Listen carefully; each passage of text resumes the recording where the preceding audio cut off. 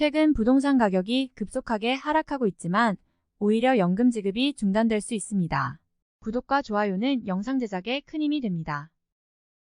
기초연금 수급의 선정 기준은 크게 소득과 재산으로 나눌 수 있습니다.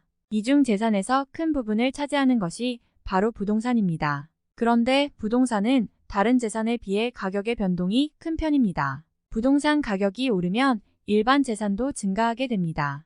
매년 이 일반 재산 증가에 따른 소득 인정액을 기초연금 산정에 반영하여 기초연금의 중단 지급 감액 증액을 결정하게 됩니다. 최근 부동산 가격이 급속하게 하락하고 있지만 오히려 연금 지급이 중단될 수 있습니다. 부동산의 공시가격은 당해년도 4월경 소득 인정액에 반영됩니다. 그런데 반영되는 부동산의 공시가격은 실시간 변동하는 현재 가격이 아니라 작년 2022년의 공시가격이 반영됩니다. 작년에 인상된 공시지가를 적용하기 때문에 부동산 가격이 하락하고 있음에도 상당히 많은 분들께서 4월부터 갑자기 기초연금 지급이 중단될 것으로 예상됩니다. 보통 1억 원의 공시가격이 상승하면 소득 인정액은 33만 3천 원 정도 증가하게 되는데요. 몇 년 전부터 작년까지 상당하게 부동산 가격이 올랐으니까 소득 인정액도 엄청나게 올라갈 것으로 예상됩니다. 부동산 공시가격의 상승으로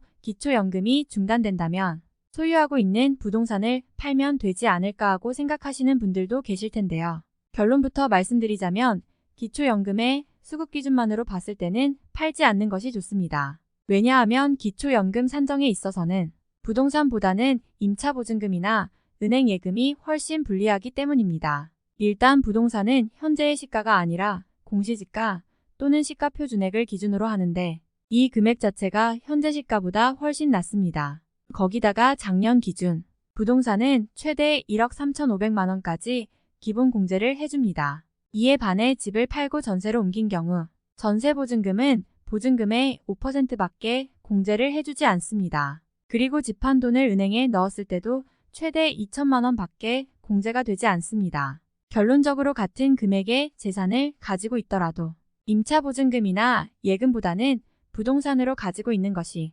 기초연금 수급에 훨씬 유리하기 때문에 공시지가가 올랐다 하더라도 그대로 가지고 있는 것이 기초연금 수급 측면에서는 더 나은 결정입니다. 따라서 정리를 하면 아파트 등 부동산을 소유하고 계신데 기초연금을 수령 중이시라면 작년 부동산 공시지가의 대폭 상승으로 인해 올해 4월부터 기초연금 지급이 중단 또는 감액이 될 수 있다는 점을 알려드립니다. 그리고 부동산을 팔고 전세로 옮기거나 은행 예금으로 돌리는 경우 기초연금 산정에 더 불리해질 수 있다는 점을 말씀드립니다. 영상이 조금이라도 도움이 되셨다면 구독과 좋아요 버튼을 눌러주세요.